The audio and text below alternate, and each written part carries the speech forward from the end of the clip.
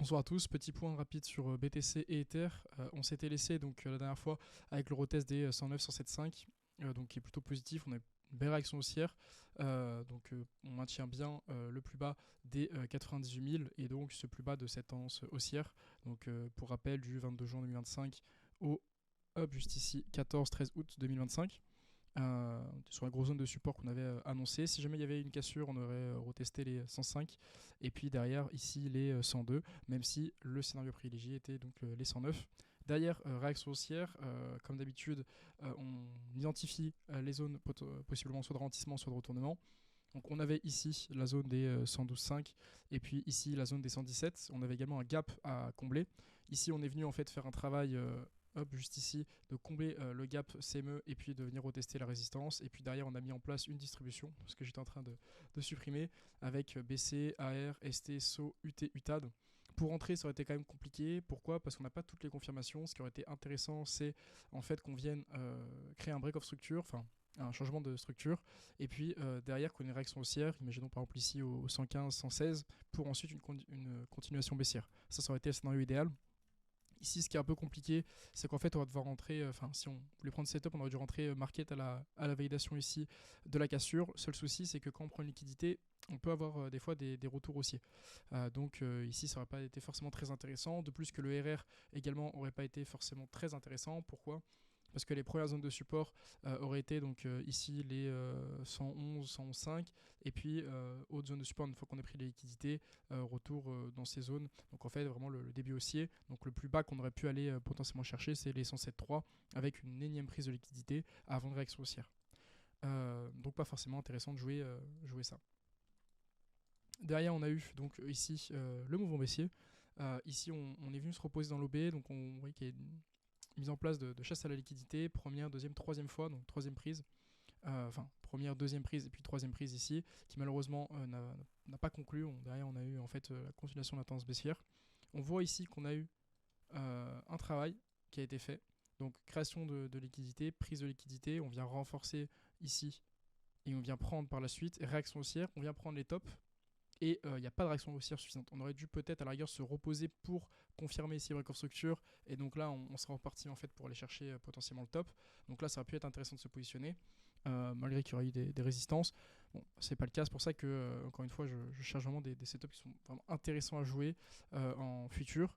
En termes de spot, j'ai ici joué en fait un achat de BTC que j'ai gardé parce que pour moi c'était une zone de support qui était pertinente et on reste toujours dans cette tendance haussière tant qu'on n'avait pas de cassure ou d'invalidation. Derrière, du coup, on vient chercher ces niveaux, donc première, deuxième, troisième prise de liquidité. Hop, une fois que c'est fait, on vient en fait retravailler, on latéralise et puis là on a un gros départ haussier, donc ce qui est plutôt positif. On est ici sous une résistance. Pourquoi? Parce qu'on a ici une prise de liquidité de l'ancien top. Hop, donc si on fait ça de manière schématique, on voit en fait qu'ici on avait un top, on est venu prendre la liquidité. Il risque d'y avoir un ralentissement, voire une petite phase de correction. On est en plus de ça dans une zone d'OB. Donc voilà, ça n'enlève rien à cette tendance haussière qui est en train de se mettre en place. On reste toujours bullish, donc c'est normal qu'on vienne chercher des tops. Il restera quand même à passer ici cette grosse zone de résistance autour des 115, 116 et puis ici les 117. C'est vraiment les deux zones de résistance que je vais surveiller. Si on casse, je pense qu'on ira chercher de la TH assez facilement. Et donc là, ça serait idéal pour ceux qui sont donc positionnés en long ou alors qui ont du spot. Ce serait vraiment l'idéal. Ce que vous voyez ici, petite barre ici horizontale rouge, c'est ce que je peux jouer en DeFi. En fait, c'est des ranges que je vais jouer. Donc ça, c'était le top de mon range. Donc on est venu ici casser largement. C'est pas forcément plus mal. Ça permet de générer un petit peu de rendement. Voilà sur BTC. Donc pour résumer, ce qu'il faut retenir, c'est on maintient ici la zone des 109, ce qui est positif parce qu'on maintient la structure haussière. On a une réaction et je voulais rentrer un peu plus en détail pour vous l'expliquer. Et derrière, on a eu une phase de retest et on est en train de redémarrer, ce qui est très positif. On attend donc la cassure des 118 000 et à partir de là, pour moi, ça sera la prochaine zone réelle, ce sera les 125 qui seront en fait la prise de l'ATH. On a quand même quelques résistances intermédiaires, notamment les 116 et puis les 117. Et actuellement, on est en train de retravailler les 114 on pourrait avoir un petit ralentissement du prix.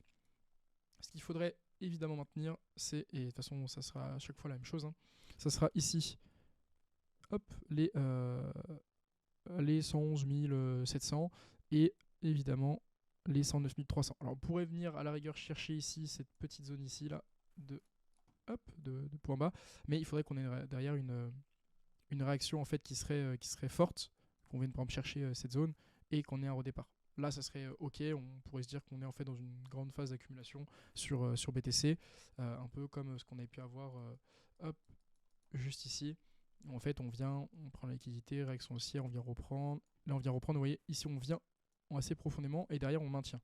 Donc, on peut rechuter, mais surtout qu'on maintient le niveau derrière une réaction haussière et là on se maintient. Donc ça c'est plutôt intéressant. Scénario qu'il ne faudrait pas, c'est réaction haussière, retracement, retest et qu'on vienne en fait rechercher un plus bas et qu'on continue dans cette tendance baissière. Donc quand on a ce genre de setup, on va attendre soit du coup une cassure, un break of structure comme ce qu'on a eu là, soit un break of structure et un retest mais plus haut. En fait, pour bien valider l'accumulation, le changement de structure et puis la continuation haussière. Hop. Donc voilà globalement sur BTC. Zone de résistance, zone de support et expliquer un peu ce qui a pu se passer et comment on pouvait l'interpréter, une des manières. Ensuite, Ether, comme notre habitude. Ici, on avait donc toujours cette tendance haussière. On avait la mise en place d'une compression. Ici, donc je vais essayer de faire ça proprement. Hop, juste ici, une sorte de compression qui s'était mise en place. On n'est pas venu chercher le top. Pour moi, c'était vraiment la confirmation, c'est d'aller chercher ce top. Tout ce qui est entre, on peut très bien vraiment baissier. Pourquoi? Parce qu'on est venu créer la liquidité. Prise de la liquidité, on retourne en plus sur une zone de résistance. Pour moi, tant qu'on n'avait pas de cassure de la TH, on pouvait toujours avoir un biais, en tout cas à court terme baissier, pour aller chercher les points bas. On est venu donc prise ici de la liquidité. On voit qu'on n'a pas eu de réaction particulière. On est venu chercher, donc j'avais notamment ici une zone et évidemment les 3700. Qui était pour moi la zone de support à vraiment surveiller. On est venu se reposer donc dans les 3000, 3009, 3008 dans ces zones-là. Et derrière, on a eu directement une réaction haussière. On est actuellement sous résistance. Donc faire très attention, on pourrait avoir un retournement pour une continuation haussière. Si on casse ici les 4227, on va très vite aller chercher les 4005. Encore une fois, hop, à vous de voir votre gestion de votre côté. Ceci n'est pas évidemment un conseil financier ou en investissement, c'est vraiment juste ma lecture et moi ce que je compte faire et comment je vois un peu les graphes. Donc ici, sous résistance, pour avoir un retracement, tout simplement même pour avoir une continuité haussière. Donc les zones à ne surtout pas casser sont ici, 4030, 4960, 4990 dans cette zone-là.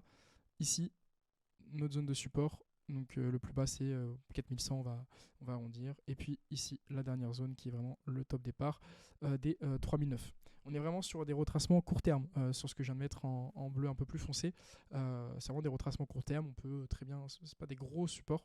Là par contre les résistances en bleu un peu plus clair, là par contre c'est des grosses résistances, donc faire attention.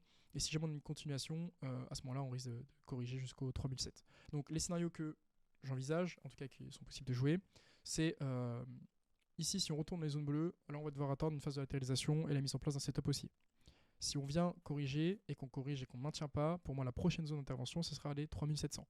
À ce moment-là je réactualiserai ma vision sur Ether et je pourrais potentiellement soit avoir des phases de rechargement en spot ou alors en DeFi ou jouer des setups en levier, mais à ce moment-là il faudra vendre des beaux setups pour ne pas se faire SL. Maintenant, en tendance haussière, on va avoir, donc si on casse, aller très vite rechercher les 4500 dans ces zones-là. Ici, pas forcément d'intérêt à le jouer en levier à cause du RR, évident. Mais par contre, les 4500 seront donc une zone de résistance à surveiller et il y aura sûrement des prises de profit de mon côté en spot. Encore une fois, ça c'est vraiment ma gestion personnelle. Je vous invite à vous regarder de votre côté comment vous souhaitez gérer votre exposition bag, spot ou futur ou DeFi. Voilà un petit peu sur Ether. Pas grand chose à dire d'autre, à part que si on casse les 4005, vous allez très vite chercher la TH. Et pareil, à ce moment-là, on verra les projections. Les 5005 sont pour moi quand même une zone à surveiller. Voilà, 5005 sont pour moi une zone à surveiller pour éventuellement une prise de profit en spot, en sachant que j'en ai déjà fait une au 4200, donc dans ces zones-là. ici j'avais vendu 10% de mes Ethers que je possédais en spot, et je vais attendre du coup en fonction de ce qui va se passer sous la résistance ici des 4005. Si je vois qu'on a une cassure rapide, franche, à ce moment-là j'irai chercher les 5005, voire les TH, donc entre 5000 et 5005 il y aura des prises de profit. Si je vois qu'on a un ralentissement et que sur le reste des actifs, pareil, on a un momentum qui n'est pas très haussier, plutôt de phase de correction, à ce moment-là j'aurai des prises de profit un peu plus agressives à ce niveau-là. Voilà. N'hésitez pas si vous avez des questions, et puis je vous souhaite à tous une bonne soirée.